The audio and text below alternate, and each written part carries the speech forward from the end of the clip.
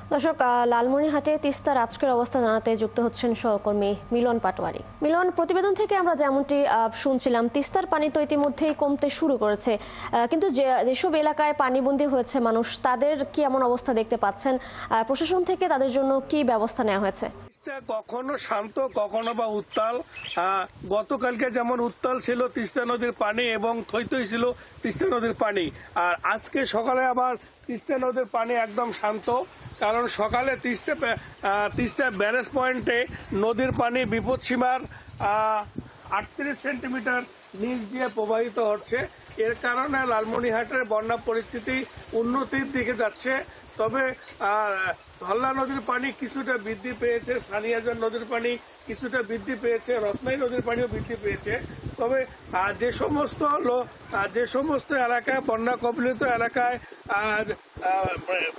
রাস্তাঘাট বা বিভিন্ন প্রকারের সেতু ভেঙে গিয়েছিল, সেই সমস্ত সেতু মেরামতের জন্য প্রশাসনের লোকজন কাজ করছে। তবে প্রশাসন জানিয়েছে, যেহেতু বন্যার পানি নেমে গেছে, তাদের পর্যাপ্ত পরিমাণে ত্রাণ সামগ্রী রয়েছে।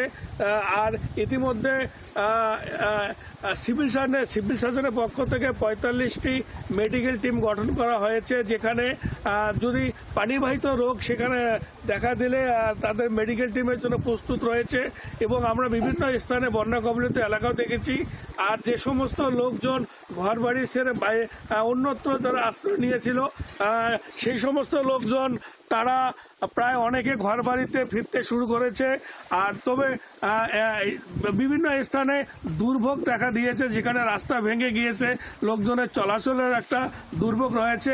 তবে তিস্তাবাসীর একটি দাবি, তিস্তা মহাপরিকল্পনা বাস্তবিত হলে তাদের এই যে সাময়িক সমস্যাগুলো সমাধান হবে। তবে লালমনিরহাট জেলায় প্রশাসনের এবং পানি উন্নয়ন বোর্ডের পক্ষ থেকে জানিয়েছে, যেহেতু তিস্তা নদীর পানি বিপদসীমার ডালিয়া পয়েন্ট এবং কাউনিয়া পয়েন্টে নিচে রয়েছে, লালমনিরহাটের বন্যার যে সার্বিক অবস্থা উন্নতির দিকে যাচ্ছে। এই ছিল লালমনিরহাটের বন্যার সর্বশেষ খবর। মিলন, অসংখ্য ধন্যবাদ আপনাকে আমাদের সাথে যুক্ত থাকার জন্য। নিশ্চয়ই পরবর্তী সংযোগে আমরা আবারও আপনার কাছে আসব। দর্শক, লালমনিরহাট থেকে তিস্তার পানির সর্বশেষ তথ্য নিয়ে যুক্ত ছিলেন আমাদের সহকর্মী মিলন পাটোয়ারি।